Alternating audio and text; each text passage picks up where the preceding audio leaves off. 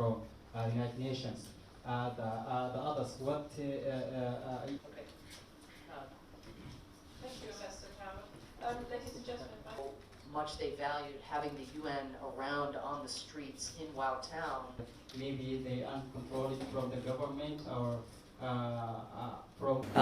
The challenge now is to ensure that a piece of paper becomes operationalized, that the RPF deploys, that the consultations over modalities, which have been happening already but now need to pick up pace and steam, that those bear fruit, that the AU comes and presents its proposals on the hybrid court, and that gets operationalized given the number of atrocities that are being carried out, that the peace agreement is implemented, notwithstanding the rocky road it has been on, and that the SRSG and the force commander see, and the humanitarians who put their lives at risk to try to support the people of South Sudan, see concrete progress when it comes to lifting the obstruction on UNMISS movement and lifting the restrictions on humanitarian access.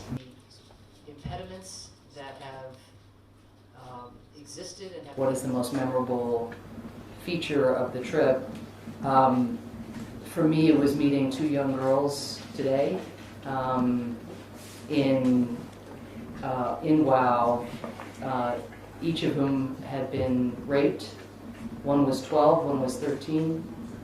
The 13-year-old had been on her way to school from the POC site. Even though she had lost her home, her father had been killed, and she ended up in a POC site. She wanted to keep going to school. And she and her neighbors who were helping to take care of her knew that the road was dangerous, knew that there were soldiers on the road, and there had been reports of rapes, but the little girl just really wanted to go to school.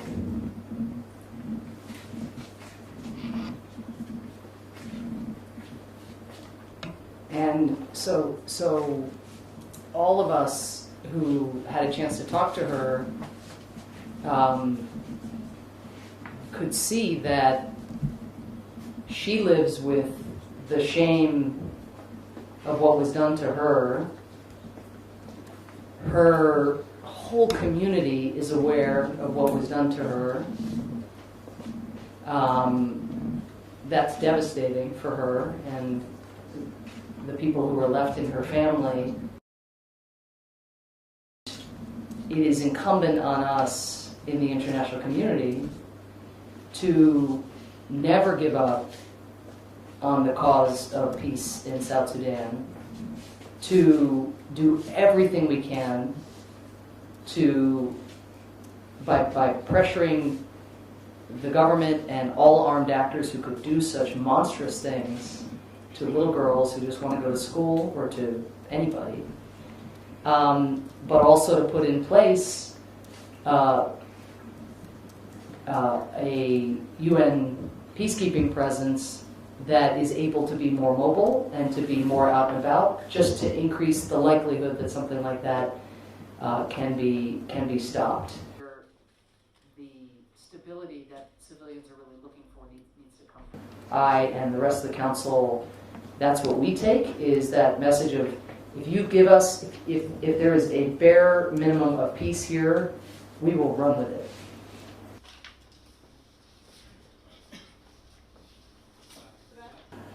So the message is for this government to do its utmost to create the conditions for all IDPs returned back home.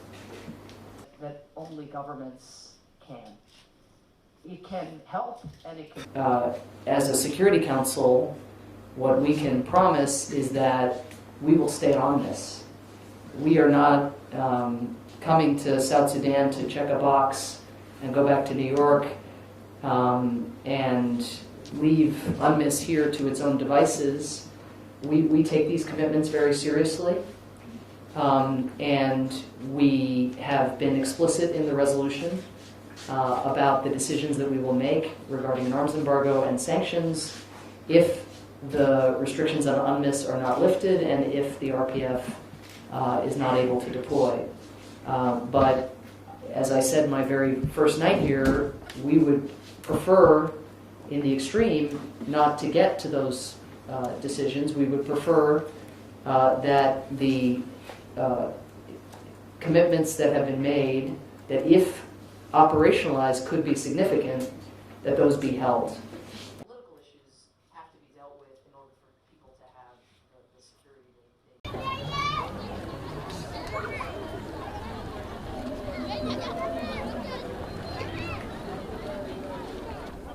Hello. The lady saying I should translate that she's going to receive the guest.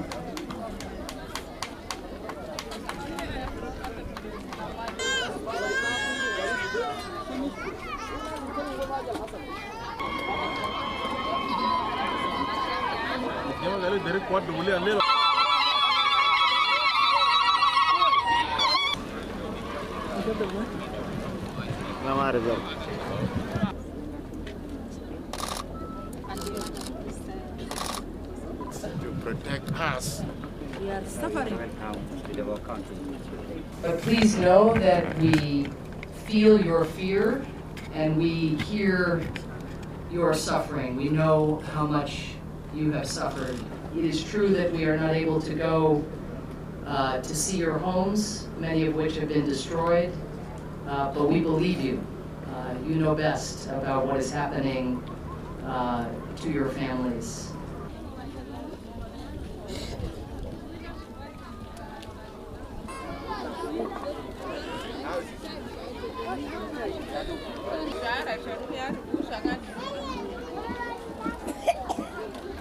We have come as the UN Security Council to try to determine how we can strengthen UNMISS, how we can push the government and other parties to implement the peace agreement, and how we can secure accountability for the horrible crimes that have been committed here and around the country.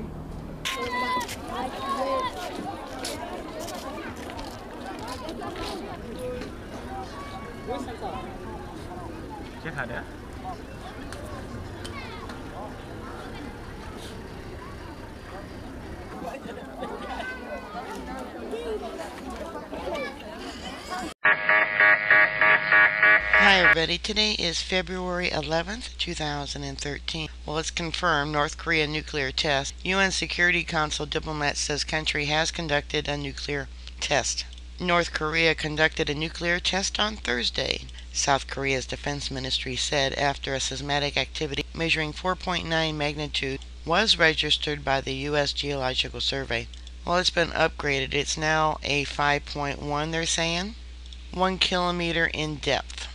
The epicenter of the seismic activity, which was only 1 kilometer below the Earth's surface, was close to the North Korea's known nuclear test site. We've been informed by the South Korean that there's been a North Korean nuclear test, a UN Security Council diplomat told Reuters on condition of anonymity. An international nuclear test monitoring agency said the location of the seismic event was roughly congruent with the 2006 and 2008 tests carried out by the reclusive state and had clear explosion-like characteristics. North Korea, which has been threatening a third nuclear test, has informed Beijing and Washington on Monday of plans to undertake a test, South Korea's Yonhap news agency reported. The isolated state, which is banned under UN Security Council resolution from developing nuclear and missile technology, did not make any immediate comment. North Korea is not prone to seismic activity, and it may take hours or even days to determine officially whether a nuclear test has been conducted. South Korea's defense ministry said the North Korean seismic event could be the result of a 6 to 7 kiloton or stronger nuclear blast. North Korea's president, Lee Myung-bak, called a National Security Council meeting for 4 o'clock GMT time. So that would have been like an hour ago. It's currently 11:12 p.m. Central Daylight Time. North Korea successfully launched a long-range rocket in December in violation of UN resolution that banned it from developing missiles or nuclear technology after nuclear tests in 2006 and 2009. It announced plans for a third nuclear test in response to the sanctions imposed in January. After the rocket launch, although satellite imagery indicated it had been readying its test site for more than a year. And this is the same image that I showed you from Google Maps. So it is confirmed they had a nuclear test. Now remember, South Korea has threatened severe retaliation if they did such a test. This here is a live image of Seoul, South Korea. I'll give you a link if you want to watch, and if you happen to see people suddenly panicking and running to underground facilities, it might be an indication that something is going on. Alright, bookmark my site. I'll keep everyone up to date. Please stay safe, and I'll talk to you later. God bless y'all. Bye.